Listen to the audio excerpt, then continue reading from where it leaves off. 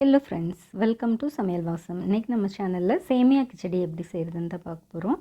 அதுக்கு ஒரு கடாய் ஹீட் பண்ணிவிட்டு அதில் 3 டேபிள் ஸ்பூன் ஆயில் சேர்த்துக்கலாம். ஆயில் கொஞ்சம் எக்ஸஸாக சேர்க்குறப்ப தான் சேமியா டேஸ்ட்டாக இருக்கும். கூடவே 1/4 டீஸ்பூன் கடுகு புரிஞ்சதும் கொஞ்சமாக கடலைப்பருப்பு உளுந்தம்பருப்பு சேர்த்து அது செவந்து வந்ததும் பொடியாக நறுக்கின பூண்டு, பொடியாக நறுக்கின இஞ்சி சேர்த்துருக்கேன்.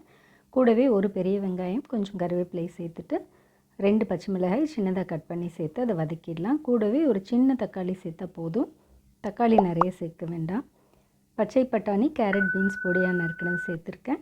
ஒரு நிமிஷம் வதக்கிட்டு இதுக்கு தேவையான அளவு உப்பு சேர்த்துட்டு கொஞ்சமாக தண்ணி சேர்த்துக்கலாம். ஒரு 1/4 டம்ளர் அளவு தண்ணி சேர்த்துட்டு அதை மிக்ஸ் பண்ணி மீடியம் ஃப்ளேமில் வச்சு 5 நிமிஷம் வேக விட்டுடலாம். இப்போ வெஜிடபிள்ஸ் ஓரளவுக்கு வெந்து வந்ததுக்கப்புறமே இது 180 கிராம் அணில் சேமியா தான் எடுத்திருக்கேன். அது வறுத்த சேமியா. ஸோ நான் வறுக்கலை. நீங்கள் ஏதாவது ஒரு பாத்திரத்தில் இது போல் வச்சுக்கிட்டிங்கன்னா உங்களுக்கு வாட்டர் மெஷர் பண்ணுறதுக்கு ஈஸியாக இருக்கும்.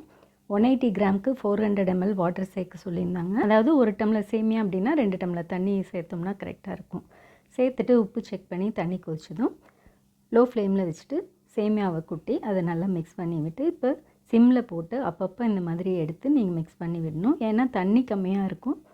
ஸோ அடிப்பிடிக்க சான்சஸ் இருக்குது. அப்பப்போ எடுத்து இது போல் கலந்து விட்டு நீங்கள் மூடி வச்சு பக்குவமாக அது வெந்து வந்ததுக்கப்புறமே ஸ்டவ் ஆஃப் பண்ணிடலாம். ஆஃப் பண்ணி ஒரு 5 நிமிஷம் அப்படியே தம்மில் விட்டுடுங்க. அதுக்கப்புறமே எடுத்தீங்க அப்படின்னா ஸ்டிக்கியாக இல்லாமல் நல்ல உதிரியாக பொழுன்னு சூப்பரான டேஸ்டியான சேமியா கிச்சடி ரெடி ஆகிடும். ட்ரை பண்ணி பாருங்கள். தேங்க்யூ.